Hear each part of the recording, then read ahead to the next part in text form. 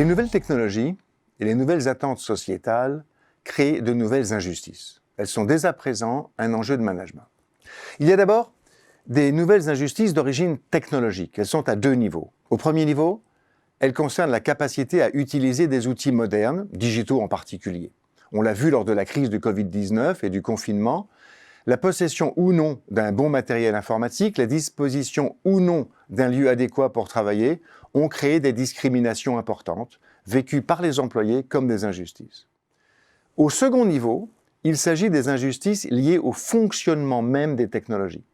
L'intelligence artificielle ne voit pas de la même manière les blancs et les noirs, les hommes et les femmes, principalement car les bases de données sur lesquelles elles sont entraînées ne sont pas représentatives de ces populations.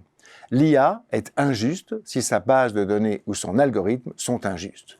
Même l'homme ne sait pas bien la corriger. On va ensuite voir apparaître bientôt des injustices biologiques. Nous sommes tous inégaux devant la santé, certes, mais certains plus que d'autres.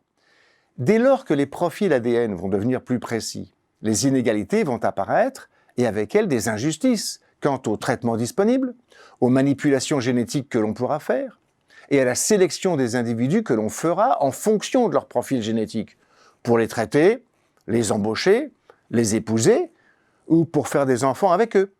Le film Welcome to Gattaca n'est pas loin.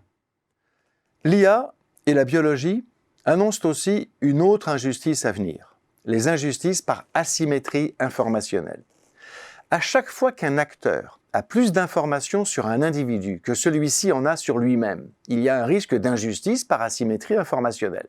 Les assurances, pour la maladie ou pour la conduite de véhicules par exemple, seront les premières à les utiliser. Les entreprises, notamment les DRH ou le marketing, auront vite fait de trouver des applications.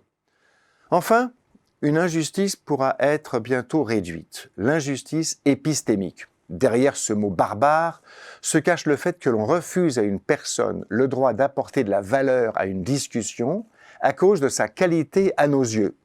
Subalterne, ouvrier, femme, enfant, étudiant, stagiaire, syndicaliste, râleur notoire, adepte d'une théorie du complot, etc.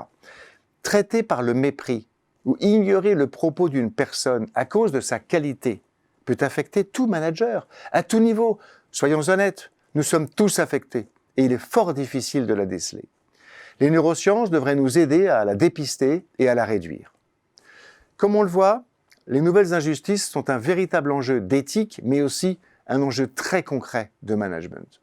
La question pour le dirigeant se pose donc de savoir s'il sait les identifier dans son organisation, s'il sait en mesurer les risques, s'il veut les réduire et s'il est capable d'en parler.